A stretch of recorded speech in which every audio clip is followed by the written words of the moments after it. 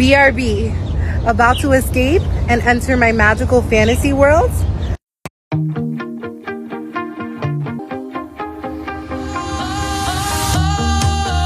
Sometimes I get a good feeling. I got you. So this is my updated Tumblr wall. I literally have that much space. And these tumblers don't even include my non-Stanley Starbucks tumblers and the other designs of Stanleys. Recession is really knocking on our doors. The signs are everywhere, especially after seeing JP Morgan raise the probability of recession to 60% from 40%. So this is not the time to buy things you don't need. It is time to cut out the crap. I really can't stop thinking about this, and I just want us to chat about it so that I can get it off my chest. Overconsumption has gotten out of hand, and this is the perfect time for us to unpack the why, the what, and everything in between. First, I think I need to bring you back to reality so we can collectively agree on what is normal as against what the media has sort of normalized. Weekly or monthly haul is not normal. Buying designer items every other day, like you're shopping from Walmart or Zara, is not normal. Upgrading to the latest tech gear, case in point, buying the latest iPhone even though your old phone or your current phone is working perfectly fine, is not normal. Repeating clothes is still very much the cool thing to do.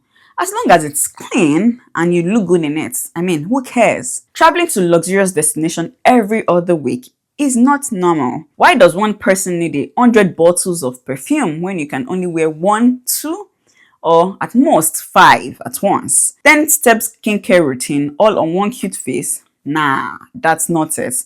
And if you think I am tripping on this skincare point, ask your honest esthetician if you actually need dozens of products to make your face glow. Bathroom restocks, not just your bathroom restock, your guest bathroom restock with a ton of products. Nah, that's not normal. New seasonal decor every year is not normal. I can assure you that the stuff you had from 2 years prior is perfectly fine. Why does anyone need more than 2 reusable water bottles? The whole idea is for you to reuse these bottles. So feel free to reuse them. This list is long and I could go on and on about how we have normalized consuming and buying stuff for the sake of just buying.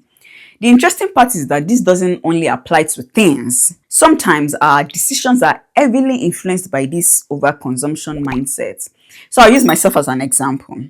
I don't have a proper filming studio or office in my own because the only space I could have used as an office or studio, for some reason, I put a large bed frame and mattress in there for when I have guests over. So I pretty much turned it into a guest room, but I can count how many times I've had someone over to occupy that space. I mean, granted, my niece and nephew have sleepovers from time to time, but I could have bought an airbed or maybe a smaller sized bed so the room could be multifunctional. You get what I mean? Like a guest bedroom and my filming studio all in one.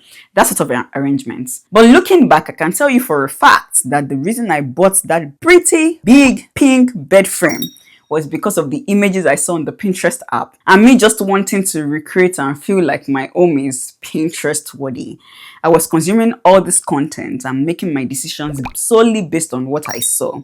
This is the same reason why I would buy summer vacation clothes for trips that I have not even bought the flight tickets yet, thinking I would wear those clothes later, but end up not wearing them. And that is the same reason a family of 2, say a couple, will buy a 5-bedroom, 5-bathroom house.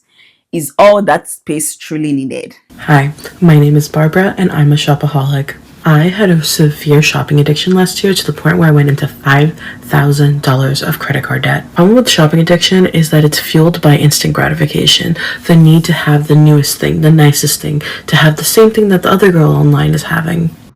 Guys, I have a real problem. Like every time there's a new drop, a limited edition, something that's going to sell out, something that I know is like impossible to get, I have to have it. You know what? Overconsumption might seem harmless at first, but it can have serious effects on one's health, on the planet, and on our minds, not to mention our finances. Constantly wanting more stuff, more food, more entertainment, more this can lead to stress. It's like we're always chasing something but never feeling satisfied. So sometimes We can even get addicted to things we overconsume on, right? Whether it's video games, it's shopping, or it's social media, it can take a toll on our mental health. And I feel like a lot of people ignore how this impacts our planet. You buy all those clothes, the plastics and whatnot. All this waste piles up and hurts the environment. I spent over $1,000 turning my beauty collection into an at-home Sephora. Since I was moving, I decided to hire a team of organizers to help overhaul this space because look at this mess. It was so overwhelming. There were literally products spilling out of the drawers. First, they helped me sort every single product by category so we could start to eliminate. The process was tedious and took over 8 hours. Then my organizers worked their magic and bought a bunch of acrylic organizers, and this is the final result. 2 months later, this is what my room looks like. I feel like I've been able to maintain it pretty well because everything has a place. I have these pull-out drawers that really help me see everything. Tables to really see all of the products, and then everything is divided by categories, so we have serums, moisturizers, and sheet masks. Did you see that? The financial implication is not just the $1,000 plus she spent on the products. You also need space to store the products. You need storage solution like the shelving, the acrylic organizers, the drawers, and in some cases like this lady, you might feel the need to actually hire people to help you tackle the organization. Then she has to subsequently clean and maintain it all the time. And to put things into perspective here, a new report by Bankrate found that 59% of Americans in 2025 don't have enough savings to cover an unexpected $1,000 emergency expense. Let that actually sink in. If you've enjoyed this video so far, please click the like button. It makes all the difference and it's completely free. My sole purpose on this channel is to help you get your finances together and really live life on your terms. So click the subscribe button if that sounds interesting to you. Now to the psychology of overconsumption. Have you ever wondered what pushes people to keep buying and buying even when they don't necessarily need the items, and sometimes at the detriment of their finances? Let's start with this. Marketing is everywhere. Companies are constantly trying to get us to buy things we don't always need. And trust me, they've got some sneaky tricks up their sleeves. So take, for example, limited time offers. Think about those big 50% off today only signs that you see everywhere. We've all seen them, right? They are designed to make us feel like if we don't buy right now, we're going to miss out. And then this taps into something called the FOMO, the fear of missing out. When you see that deal, your brain immediately goes, better grab it while I can, or it will be gone forever. And just like that, you're more likely to buy something you probably didn't even plan for. Next up, we've got scarcity. This is one of the biggest tricks companies use to drive overconsumption.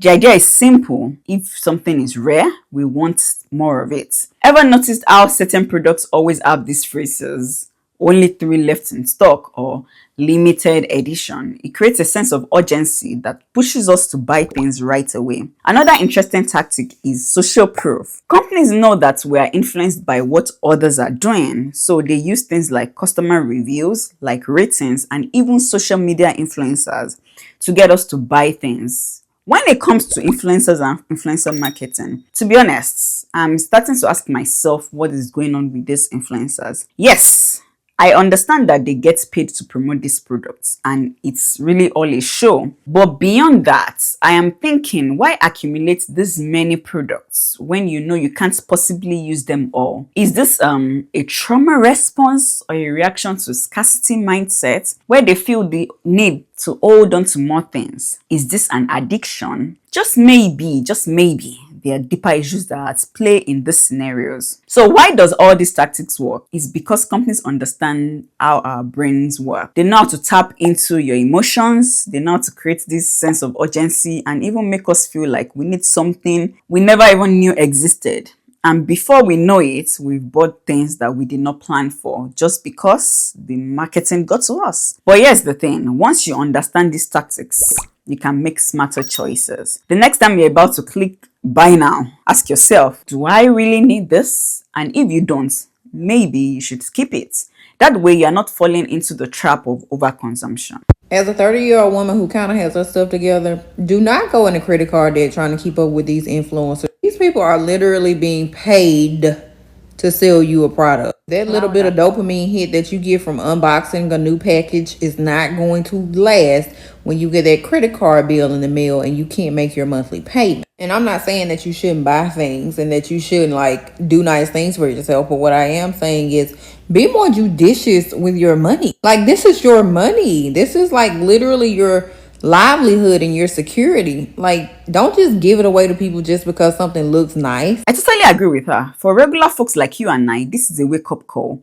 It's fine to watch this nice looking and well-filmed content for entertainment's sake. I mean, feel free to support your faves. But if you know the content affects you in a not so positive way, then it's time to unfollow those people that make you buy stuff and consume more stuff. Influencer marketing is crazy. You might need to rewire, is that the right word? Or rearrange your algorithm, especially with an app like TikTok, which is so smart. So much data is being put together to understand us, to understand our interests and what makes us click buy. So to you, I mean, you just think that you're scrolling, but the intent is to feed you things that will make you spend money and essentially make you fall into this overconsumption trap. So create a new account if you have to.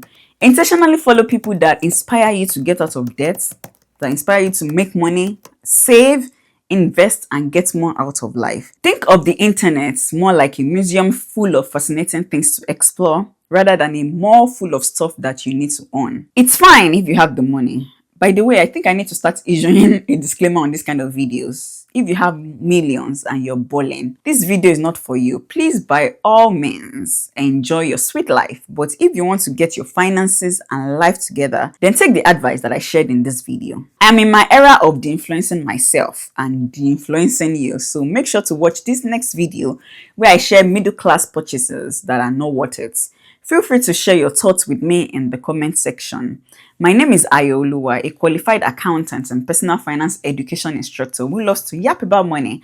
I post a new video every Sunday, so please click the subscribe button to join this growing family. See you in the next one and cheers to a life of options. Bye.